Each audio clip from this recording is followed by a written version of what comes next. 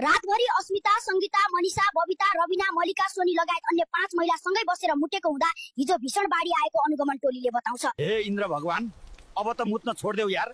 तिम्रो मुत अझै आउन खोज्यो भने बरु तिम्रो तुरीमा सुत्लीले बान्देऊ, तर यसरी मेरो देश नडुबाऊ प्लिज। ए इन्द्र भगवान, मोटर बन्द गर्नु न, पानी धेरै भइसक्यो के। मोटर बन्द गर्न बिर्सिनु भयो होला, यहाँ डुबाउन लागिसक्यो। यस्तो पानी परिरहेको बेला त्यो जाति मनिषालाई मेरो अंगालोतिर बगाइ ल्याउनु नि।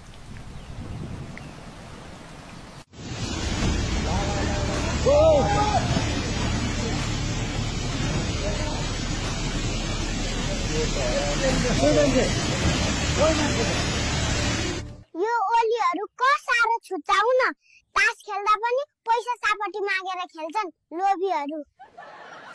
हे अस्मिता, तैले अस्ति तास खेल्दा मसँग लिएको 1000 रुपैयाँ कहिले फर्काउँछस्? तैले लिएको छस् र फर्काए छैनस्, बदमास। नेउपानेले कति दक्षिणा दिए बाबु? दिन त 1 बोरा दक्षिणा दिएका थिए। लास्टमा गएर बोरा भित्र हेर्दा त पुरै मकैका खोस्टा हालेर दिएका रहेछन्। तिमीलाई घरमा के खान दिन्छन् बाबु?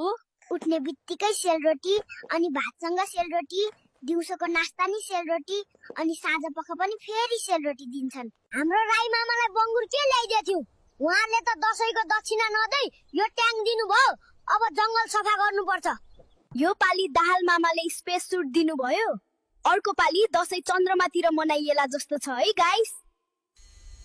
ओइ सीता, दशैंमा पनि त्यही च्यातेको म्याक्सी लाएर लरक लरक पर्दै हिँड्छस्। लाज लाग्दैन है नकली तलाई? तपाई किन रिसमा? बुढाथोकीले टीका लाएर जम्मा 10 दिए।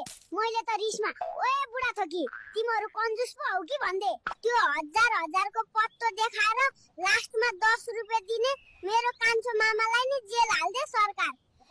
बाबु त किन यति धेरै खुसी आ? बोराहरूको म टीका लगाउन गएको, अंकल 1 बोरा नै दक्षिणा दिएर पठाए नि। ग्लास घरमै राखेर कोक मात्रा कोसेली ल्याउने। आफन्तको पनि छुट्टै स्वाग छ यार। ओइ प्रमिले, जिन्दगीमा कहिले मासु खान पाएको थिइनस् हो? चियासँग पनि मासु नै खान थालिस र नि। छेरौटी लाएर मर्लिस है, विचार गर। तपाईलाई घरमा कोसँग खेल्न मन लाग्छ?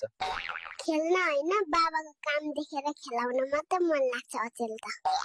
बाबु, रिस त तिम्रो कडा छ रे नि। रिस मात्र कडा हो दिदी, मन त मेरो मिनरल वाटर भन्दा पनि सफा छ नि। तिमी कसको छोरा हो बाबु? म त्यो सुमन भन्नेको छोरा हो।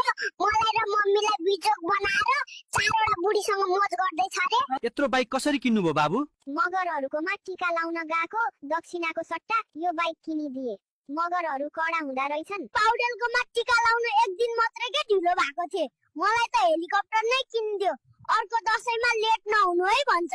नेपो बेबी ट्रेन्ड जस्तै अहिले झोलेहरूलाई एक्सपोज गर्ने ट्रेन्ड टिकटकमा निकै भाइरल भइसकेको छ। हेरौं लाइभ रिपोर्टिङ। माहौल एकदमै तातिसक्यो। बाबु, के छ तिम्रो विचार? यो मासु भात खान नपाएको झोलेहरू आइज मेरो घर खाना बनाउने। तिम्रो सबै ठुला भएर के गर्नुहुन्छ? म त त्यो अस्मिता जस्तै टिकटकमा लाइभ बस्छु, तर अलि कपडा लगाएर आउँछु। त्यो जाति जस्तै म्याक्सीमा त आउन्न।